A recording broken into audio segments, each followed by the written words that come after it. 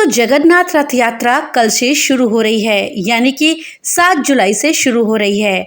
ऐसे में चलिए जानते हैं कि क्या है जगन्नाथ मंदिर के 10 चमत्कार और क्या है ये जगन्नाथ मंदिर की जगन्नाथ रथ यात्रा का रहस्य। इस जानकारी के लिए वीडियो में हमारे साथ अंत तक बने रहिएगा, जिससे कि आपको सही और सटीक जानकारी प्राप्त हो सके। उड़ीसा के पुरी में स्थित भगवान जगन्नाथ का मंदिर रहस्य और रोमांच से भरा हुआ है। एक ओर ये मंदिर अपने चमत्कारों के लिए जाना जाता है, दूसरी ओर इस मंदिर में भविष्य में होने वाली घटनाओं को भी जाना जाता है। यहाँ पर भविष्य में होने वाली प्राकृतिक आपदा, युद्ध और प्रलय के भी संकेत मिलते हैं। आइए अब जानते हैं कि जगन्नाथ मंदिर के क्या है 15 चमत्कार। दोस्तों, पहला चमत्कार है कि श्री जगन्नाथ मंदिर के ऊपर स्थित लाल ध्वज सदैव हवा के विपरीत दिशा में लहराता रहता है। मंदिर के पास खड़े रहकर इसका गुंबद देख पाना असंभव है। मुख्य गुंबद की छाया दिन के किसी भी समय अदृश्य ही रहती है, अर्थात गुंबद की छाया किसी भी समय नहीं पड़ती है। ये है मंदिर का दूसरा चमत्कार।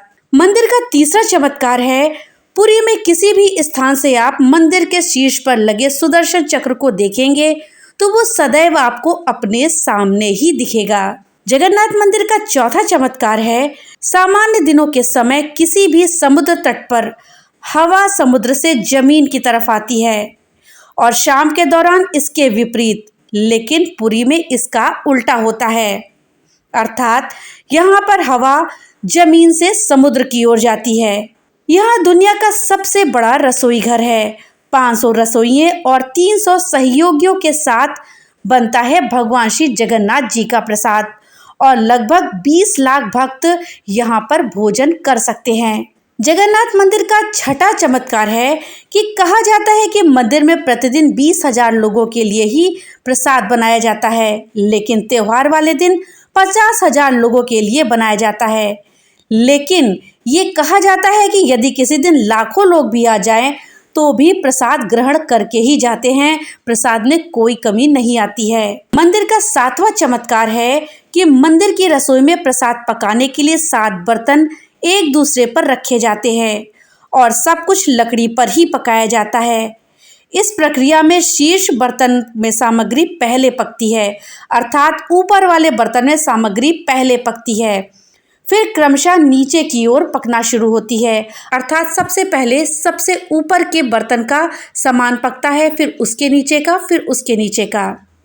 इस प्रकार से 7 बर्तन एक दूसरे पर रखे हुए होते हैं और सातों बर्तन क्रमशः पकते हैं। मंदिर के सिंह द्वार में पहला कदम प्रवेश करने पर ही आप सागर द्वारा निर्मित किसी भी ध्वनि को सुन नहीं पाएंगे। आप एक ही कदम को पार करें तब आप इसे सुन सकते हैं। इसे शाम को स्पष्ट रूप से अनुभव किया जा सकता है। कहते हैं कि हनुमान जी ने समुद्र की आवाज को भीतर जाने से रोक दिया था। मंदिर का 9वां चमत्कार ये है कि मंदिर के बाहर स्वर्ग द्वार है, जहाँ पर मोक्ष प्राप्ति के लिए शव जलाए जाते हैं, लेकिन आप मंदिर से बाहर निकलेंगे तभी आपको लाशों के जलने की गंध महसूस होगी और अंदर बिल्कुल भी नहीं होगी। मंदिर का 10वां और आखिरी चमत्कार है कि मंदिर के एक नहीं हजारों रहस्य हैं। यहाँ कई रहस्यमयी किताबें, ग्रंथों के साथ ही खजाने भी रखे होने की बात कही जाती है। एक ऐसा भी समय था कि जबकि सैकड़ों वर्षों के लिए मंदिर रेत में दब गया था और भविष्यवाणी है कि आने वाले समय में भी ऐसा होने की संभावना है। दोस्तों, अब आइए जानते हैं रथ यात्रा से जुड़े हुए कुछ रोचक रहस्य। जब राजा इंद्रद्युम्न ने जगन्नाथ, बलभद्र और सुभद्रा की मूर्तियां बनवाईं तो रानी गुंडिचा ने मूर्तियां बनाते हुए मूर्तिकार विश्वकर्मा और मूर्तियों को देख लिया, जिसके चलते मूर्तियां अधूरी ही रह गईं। तब आकाशवाणी हुई कि भगवान इसी रूप में स्थापित होने चाहिए। इसके बाद राजा ने इन्हीं अधूरी मूर्तियों को मंदिर में स्थापित करा दिया। उस वक्त भी आकाशवाणी हुई कि भगवान जगन्नाथ साल में एक बार अपनी जन्मभूमि मथुरा जरूर आएंगे। स्कंद पुराण के उत्कल खंड के अनुसार राजा इंद्रद्युम्न ने आषाढ़ शुक्ल द्वितीया के दिन प्रभु के उनकी जन्मभूमि जाने की व्यवस्था करी। तभी से ये परंपरा रथ यात्रा के रूप में चली आ रही है। रथों का निर्माण नीम की पवित्र अखंडित लकड़ी से होता है, जिसे दारू कहते हैं। रथों के निर्माण में किसी भी प्रकार के कील, कांटों और धातु का उपयोग नहीं किया जाता है। रथों के निर्माण के लिए लकड़ी का चयन बसंत पंचमी को होता है और निर्माण कार्य अक्षय तृतीया से प्रारंभ होता है। जब तीनों रथ तैयार हो जाते हैं तब छर पहनराद नामक अनुष्ठान संपन्न किया जाता है। इसके तहत पुरी के गजपति राजा पालकी में यहाँ आते हैं और तीनों रथों की विधिवत पूजा करते हैं और सोने की झाड़ू से रथ मंडप और रास्ते को साफ करते हैं। रथ यात्रा जगन्नाथ मंदिर से निकलकर गुंडीचा मंदिर पहुंचती है। गुंडीचा मार्जन परंपरा के अनुसार रथ यात्रा से एक दिन पहले श्रद्धालुओं के द्वारा गुंडीचा मंदिर को शुद्ध जल से धोकर साफ किया जाता है। इस परंपरा को गुंडीचा मार्जन कहा जाता है। रथ यात्रा में 3 रथ होते हैं। बलराम जी के रथ को ताल ध्वज कहते हैं, जिसका रंग लाल और हरा होता है। देवी सुभद्रा के रथ को दर्पदलन कहते हैं या पद्म रथ कहते हैं, जो कि काले या नीले रंग का और लाल रंग का होता है।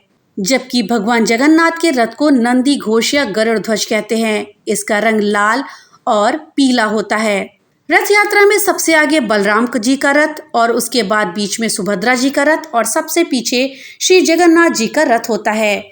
इसे उनके रंग और ऊंचाई से पहचाना जा सकता है। नंदी घोष रथ 45.6 फीट ऊंचा, ताल ध्वज 45 फीट ऊंचा और दर्प दलन रथ 44.6 फीट ऊंचा होता है।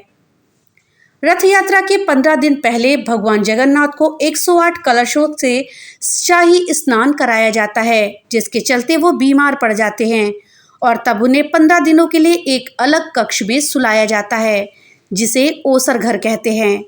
इस 15 दिनों की अवधि में महाप्रभु को मंदिर के प्रमुख सेवकों और वैद्यों के अलावा और कोई नहीं देख सकता है। इस दौरान मंदिर में महाप्रभु के प्रतिनिधि अलारनाथ जी की प्रतिमा स्थापित की जाती है तथा उनकी पूजा अर्चना करी जाती है। प्रभु के बीमार पड़ने के पीछे की एक अलग कहानी है, जो कि भक्त माधव दास से जुड़ी हुई है। 15 दिन के बाद भगवान स्वस्थ होकर कक्ष से बाहर निकलते हैं और भक्तों को दर्शन देते हैं, जिसे नवयौवन नेत्र उत्सव भी कहते हैं। इसके बाद द्वितीया के दिन महाप्रभु श्री कृष्ण और बड़े भाई बलराम जी तथा बहन सुभद्रा जी के साथ बाहर राजमार्ग पर आते हैं और रथ पर विराजमान होकर नगर पे भ्रमण को निकलते हैं। रथ यात्रा की शुरुआत रथ प्रतिष्ठा नामक समारोह से होती है। जब रथ चलना शुरू होता है तो इसे रथ ताना कहा जाता है। छेरा पहरा की एक रस्म होती है जो रथ यात्रा के पहले दिन निभाई जाती है, जिसमें पुरी के महाराजा के द्वारा यात्रा मार्ग और रथों को सोने की साफ झाड़ू से साफ किया जाता है। इसके बाद पहाड़ी एक धार्मिक परंपरा है, जिसमें भक्त बलभद्र, सुभद्रा और भगवान श्री कृष्ण को गुंडीचा मंदिर तक रथ यात्रा करवाते हैं। आषाढ़ माह की शुक्ल पक्ष की द्वितीया तिथि को रथ यात्रा आरंभ होती है। ढोल, नगाड़ों, तुरही और शंख ध्वनि के बीच भक्तगण इन रथों को खींचते हैं। कहते हैं जिन्हें रथ को खींचने का अवसर प्राप्त होता है वो महाभाग्यवान बन जाता है। रथ यात्रा जगन्नाथ मंदिर से शुरू होकर गुंडीचा मंदिर तक पहुंचती है। गुंडीचा राजा इंद्रद्युम्न की पत्नी थी, जिसने एक गुफा में बैठकर तब तक तपस्या की थी जब तक कि राजा इंद्रद्युम्न ब्रह्मलोक से लौटकर नहीं आ गए थे। उनकी तपस्या के चलते ही वह देवी बन गई और उनके तप के बल से ही राजा नारद मुनि के साथ ब्रह्मलोक की यात्रा करते समय लौट आए थे। यात्रा की शुरुआत सबसे पहले बलभद्र जी के रथ से होती है।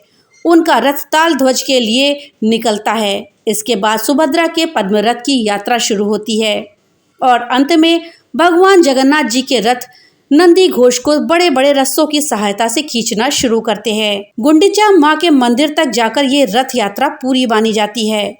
जब जगन्नाथ यात्रा गुंडीचा मंदिर में पहुंचती है तब भगवान जगन्नाथ, सुभद्रा और बलभद्र जी को विधि पूर्वक स्नान कराया जाता है और उन्हें पवित्र वस्त्र पहनाए जाते हैं। यात्रा के 5वें दिन हेरा पंचमी का महत्व है। इस दिन माँ लक्ष्मी भगवान जगन्नाथ को खोजने आती हैं, जो अपने मंदिर को छोड़कर यात्रा पर निकल गए हैं। गुंडीचा मंदिर में भगवान जगन्नाथ, बलभद्र और देवी सुभद्रा 7 दिनों के लिए विश्राम करते हैं। गुंडीचा मंदिर में भगवान जगन्नाथ के दर्शन को आड़प दर्शन कहा जाता है। गुंडीचा मंदिर को गुंडीचा बाड़ी भी कहते हैं। माना जाता है कि माँ गुंडीचा भगवान जगन्नाथ की मौसी हैं। यहीं पर देवताओं के इंजीनियर माने जाने वाले विश्वकर्मा जी ने भगवान जगन्नाथ, उनके बड़े भाई बलभद्र और बहन सुभद्रा की प्रतिमा का निर्माण किया था। गुंडिचा भगवान की भक्त थी। मान्यता है कि भक्ति का सम्मान करते हुए भगवान हर साल उनसे मिलने जाते हैं। आषाढ़ माह की दशमी को सभी रथ पुनः मंदिर की ओर प्रस्थान करते हैं। रथों की वापसी की इस यात्रा की रस्म को बहुड़ा यात्रा कहते हैं। जगन्नाथपुरी में भक्त भगवान के रथ को खींचते हुए 2 किलोमीटर की दूरी पर स्थित गुंडिचा मंदिर तक ले जाते हैं और 9वें दिन वापस लाया जाता है। 9वें दिन रथ यात्रा पुनः भगवान के धाम आ जाती है। जगन्नाथ मंदिर वापस पहुंचने के बाद भी सभी प्रतिमाएं रथ में ही रहती हैं। देवी देवताओं के लिए मंदिर के द्वार अगले दिन एकादशी को खोले जाते हैं। तब विधिवत स्नान करवाकर वैदिक मंत्रोच्चार के बीच देव विग्रहों को पुनः प्रतिष्ठित किया जाता है। दोस्तों, माना जाता है कि हर साल जिस दिन ये त्योहार मनाया जाता है उस दिन बारिश होती है। 2 मुख्य जुलूस निकाले जाते हैं, एक पुरी में और दूसरा गुजरात में। रथ यात्रा दुनिया का एकमात्र ऐसा त्योहार है जिसमें भक्तों के लिए मंदिरों से देवताओं को निकाला जाता है। तो दोस्तों, ये थी जानकारी जगन्नाथ मंदिर के चमत्कारों के विषय में, साथ ही जगन्नाथ रथ यात्रा के रहस्य के विषय में। जानकारी अगर अच्छी लगी हो तो वीडियो को लाइक और ज़्यादा से ज़्यादा शेयर करिएगा। और हाँ, अगर चैनल पे नए आए हैं तो चैनल को सब्सक्राइब करना मत भूलिएगा और अपने विचार हमें कमेंट बॉक्स में लिख करके जरूर बताइएगा। तो मिलते हैं अगली नई वीडियो के साथ, तब तक के लिए राधे राधे।